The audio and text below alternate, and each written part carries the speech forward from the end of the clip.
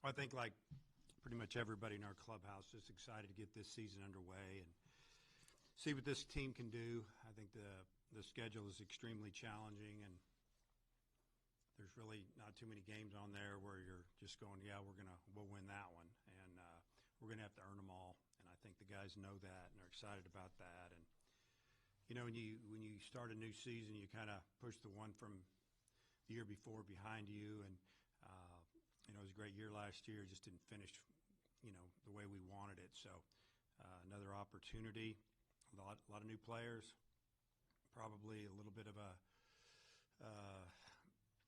little period where we have to, you know, continue to bond. But I feel good about where we're at as a team, and you know, and I guess modern day Division I baseball at this level, there's always going to be so many roster changes. You just never know how it's going to go. But if fall is any indication, the team seems to be close, and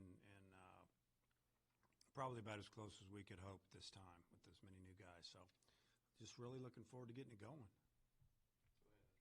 Dave, will y'all be breaking out the parkas on Sunday, or do you anticipate a schedule change this weekend? Yeah, we're going to do I think we're going to announce something today at 1:30. So probably not supposed to say anything until that, but I guess common sense probably would go that way if you look at it. And have you settled on your rotation for this weekend? Yes, and we've actually exchanged with Washington State, and we'll go with Gackle. Game 1, game 2 will be Root, 3 will be Wood, and 4 will be Bottle Cheese. And what kind of went into the decision? I think we mostly knew Gackle, Root would be 1, 2. What went into the decision to that order with Wood and Bottle Cheese? Yeah, I think there wasn't a whole lot to making that decision, honestly. It was just we have 4 games this weekend. The difference between 3 and 4, it's more of a we want to go right-hander the first game. We want to go lefty, come back with a righty, and then a lefty. It's there's no science to it, so to speak. You know, Wood's been really good. We've hit him a little bit lately. I think he's been frustrated, but his stuff's been good. I think, you know, when you start to see our guys swinging the bats against our own pitching, you know, we get pretty familiar with them, and sometimes that happens a little bit. So excited about those 4, and you know, it's there's a lot of games, and things could change, and I'm sure they will some, and but I feel good about our bullpen as well. So we feel good about the guys coming off of them. Yeah, just I guess with Bottle Cheese and Wood in particular, I mean, are you telling them like, hey, this week 1 the competition kind of continues, or is most of the competition by now it's, you know, you've had all fall and spring? You know, I've let Coach Hobbs handle that, and he met with all of our starters, those 4, and talked to them about this weekend, and maybe there was some why we're doing this in there. He just said it went good, so we didn't go in and get into detail about it. I think our guys are just team guys, and that's what we've been preaching since they walked in the door, and probably before we signed them or committed them, that's what we're all about here. And you know, when you get 2 kids showing up that are one's pitching number 1 in the rotation and one's pitching number 2 behind a first rounder that was draft eligible, you know, I think that shows a little bit about their character, and that they are team guys. They knew that we had Gackle coming back, and you know, he was projected to be pretty good here, and they still came. So I feel good about where we're at there mentally. It seems like in the outfield, like you could play both Diggs and Pepe out there, but you, especially in the scrimmages, have had Justin Thomas playing in left. What is it about him that makes him such a, you know, a valuable piece and fitting everybody around like that? Which one? Pepe Justin Thomas. Thomas is a really good base runner. He's an outstanding defender, and he's a good hitter. He's really streaky. You know, when he first got here, he wanted to pull everything, and he's swinging and missing and doing things, pulling off the ball, but he's made some adjustments. He's been really coachable and really likable. And what I mean by that is, you know, when you have kids that want to get better, and, you know, they're not hung up on playing center field or, you know, pouting around because we got pushed to left because Davlin played so well since the day he walked in the door. He just continued to get better. And I knew he was going to be our center fielder, at least starting this season, because I knew he was going to be in the lineup. You know, if they both would have walked in the door hot as can be, and just done great. It made it a little tougher on me, but they're both good outfielders. But,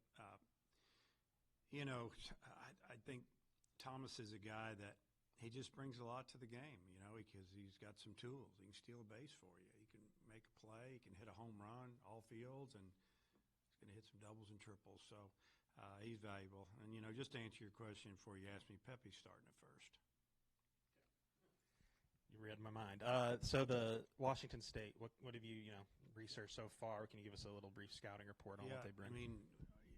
Our scouting report is brief. To the point where, if we wanted to do some shifting in the infield, so to speak, we really can't do it yet. We don't have enough info. There's not enough on these guys because there's so few at bats to go by. Their starting pitcher, we have 3 pitches, and that's him throwing in a fall scrimmage, I think. Or maybe it was junior college.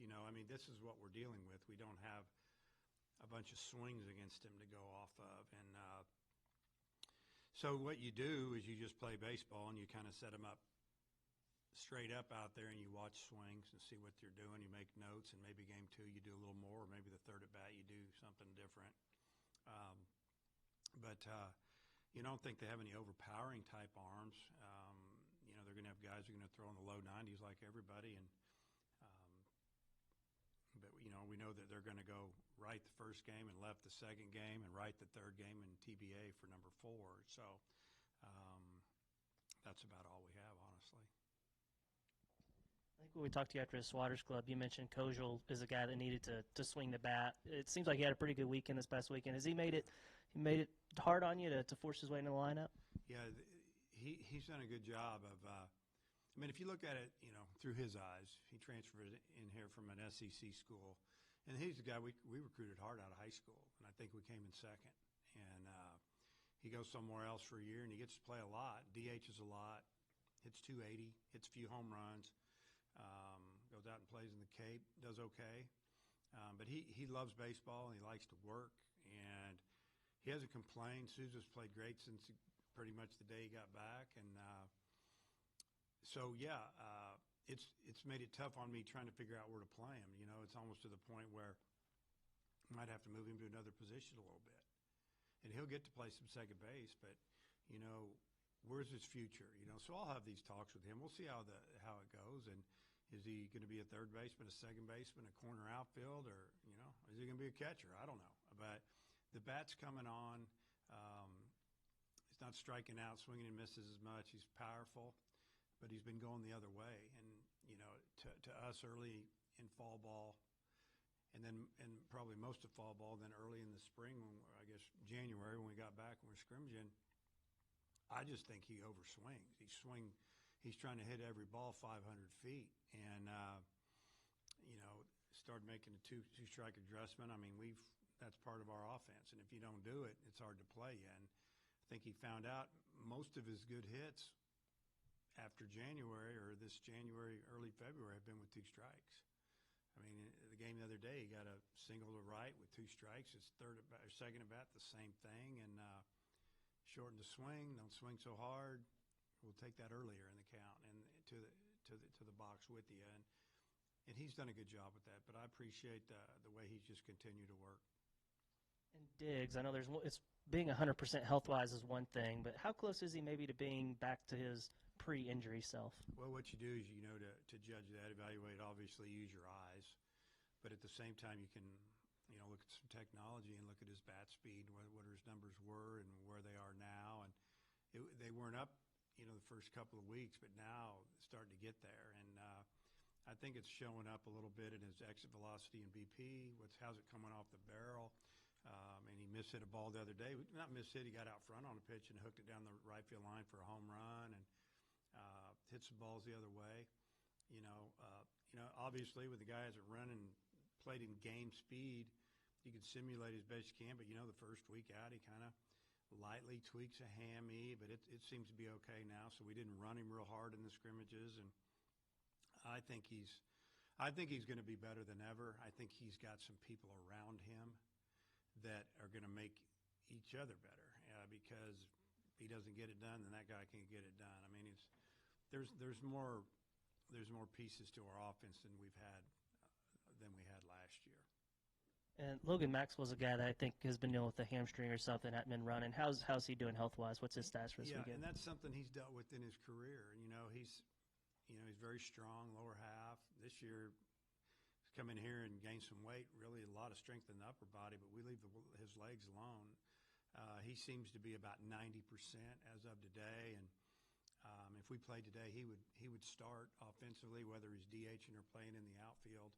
Uh, he's one of our best hitters in the fall and early spring, and laid down an incredible bunt the other day and tweaked it on the way down.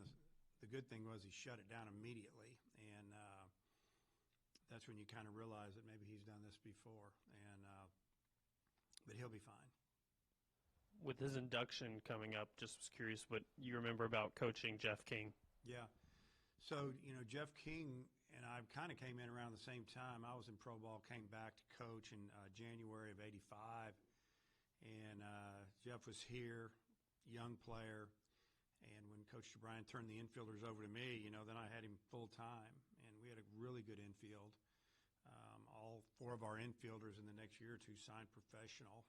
And Jeff, you could just tell he was a little different talent. I mean, when he took batting practice, guys tried to pay attention because it was fun to watch.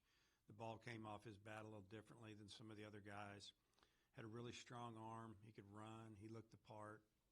And, it was interesting just watching some of the so-called brass come in from Major League Baseball his junior year to watch us play and practice. And I remember the day that the GM for the Pirates came in, and that was a lot of years ago. But I remember it because it was a big deal. You're thinking, wow, they got the first pick in the draft, and they ended up selecting him, I think, 1-1 that year.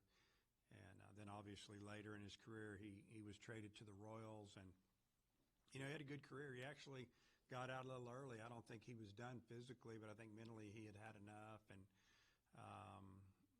he's from Colorado. I think now he lives in Wyoming, and he hadn't been back to the campus since he left until maybe a year or two ago when he was honored for something. And just happy for him and his family, and he definitely needs to be in the College Baseball Hall of Fame. Gabe gets the ball tomorrow, and hasn't made a start in college baseball, but he's got all these All-American honors coming in. I mean, how have you seen him deal with these expectations this year? Yeah, he gets the ball Friday. No, I'm not playing tomorrow, as far as I know. I mean, you may know more than I do. I don't know. Gabe, you got to know Gabe. He is just, this is the guy that's getting all this recommendation and about how great he is and what he's going to do in preseason this. And, I think that I don't think it'll affect him. Now, he's going to have his great days, and he's going to have some good days, and he'll have a day or two and doesn't go great. He's been here a year and a half, and our hitters have only got him one time, and that was last weekend. And he was not happy about it. In his bullpen the other day, I think he had a little something to prove, and Coach Hobbs said it was amazing. Just because he's not happy with the way he pitched. And so that's going to happen. He's human. But we're hoping that it doesn't affect him. That's what we see, his personality, his makeup, work ethic. He doesn't say a whole lot. He's not a rah-rah guy. Now, he can get fired up if he gets a big out when he needs it. But, he's been through all the situations. I mean, we brought him in. You think about last year down in Arlington, we bring him in with the bases loaded and, I don't know, one out against Oklahoma State or no outs, and he gets out of it. He might have got one call that went our way on a full count. But other than that, I mean, he's been amazing. So he's been in tough situations starting. That's what he did his whole life. And highly touted coming out of high school. And he made a decision that I'm going to college, and it's going to pay off for him. How do you envision? I know it's early, but Christian Fouch this weekend moving forward, I mean, is it really the goal to kind of get him to be able to pitch twice a weekend or maybe 2 innings and one appearance? I mean, how do you envision using him this year? I think that sometimes throughout the year we'll use him twice. I don't think it'll be back-to-back with him. It could be Friday, Sunday. If we just use him to get out a hitter in the bottom of the ninth on the road on a Saturday and we play again Sunday, maybe we can go again. So he'll be he'll be tested on that a little bit. Example, this past weekend we threw him on Friday. We played, what did we do, two scrimmages, kind of broke up on Saturday.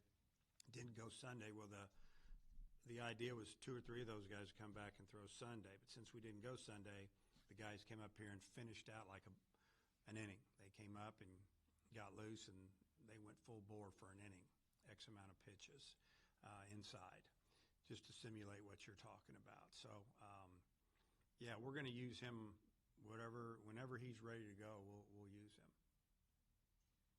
Cole Gilbert had a couple of rough outings. He said he was working on some mechanics afterward, came back pretty good. Just what does that tell you about him as a freshman that he was able to do that?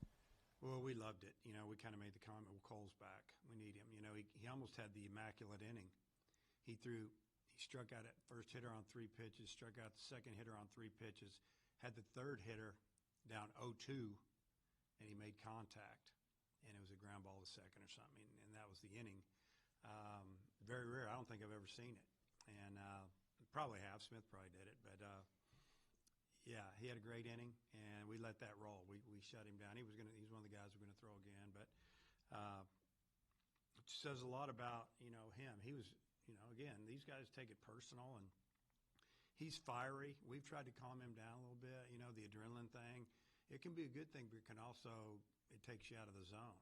And his stuff's good enough where he doesn't have to come in there with fire coming out of his nose. You know what I'm saying? He's good. And so we're just glad that he showed us and our team that was just a bad outing. And it happens. And that's why you have more than 6 or 7 pitchers. You see that. Now we've seen it. If we see it early, we can get him. And maybe he won't recover that day. So then we get him back out there the next day or two. Wiggins, I think you started him the first couple of weeks of the preseason, and I think you closed him this past weekend. Is that intentional, kind of give him a taste of what it would look like in that role? Yeah, I think, the starting part first is, I feel like he can be a starter here. And, he could start on Tuesday. He could start on the weekend. Still got to learn some of the other things, like finishing hitters off, and it's about location. It was really cold the other day, and he's touching 98 like it's nothing. He looks like he's playing catch. A lot of talent there, a lot of potential. He's still young, still learning.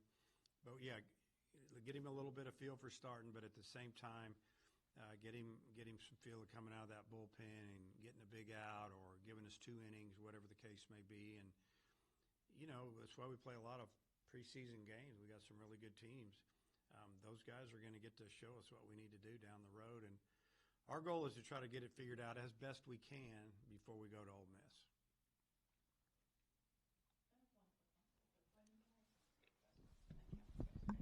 I know we're going to talk to Diggs and McIntyre in a minute, but what do those guys mean to this program? How valuable are they on the field and off the field as well? Well, obviously having guys in your program that have been here for a few years is very valuable with the new guys coming in, whether they're freshmen or transfers, just to maybe reflect on what's gone on, seasons gone by when they've been here. Those guys have been to Omaha. They've been eliminated in their own regional twice. They've had the highest of highs and lowest of lows, and they both struggled. Max struggled after being first comes in here. We don't even really acknowledge him, and then few conversations, we give him the ball. Next thing you know, he's going on Tuesdays the rest of the year. Next thing you know, he's pitching his tail off in Omaha. So you just never know how it's going to go. And Kendall's been in and out of the lineup and full-time starter since he was a freshman. Has the injury, and batting average drops 150 points. We keep playing him. And if he hadn't got hurt, he wouldn't be here. He would have been drafted, and probably could have been anyway if he would have signed for not much, and they would have healed him up and he'd be at spring training. But he decided to come back. So having those two in our locker room is big, and I think, again, I keep calling it modern-day Division I baseball. Having some guys that have been in your program for a couple, 3 years I think it's just big for the rest of the team. Got one more with Will. I know you've had great players from all over the country, you got guys from Australia and Canada this year. Just when you get an in-state guy like Will who grew up loving the Razorbacks. Just, is there value to that? Like, how much does that help a guy like that whenever he comes in here when he's grown up around the program and everything? Well, I think it's huge for your program. In-state kids, and I say this all the time, we want to get all the best players in the state. Sometimes we may miss on one or one develops later. All these new rules and roster cuts, it makes it difficult. You got to have kids that, that really want to be here.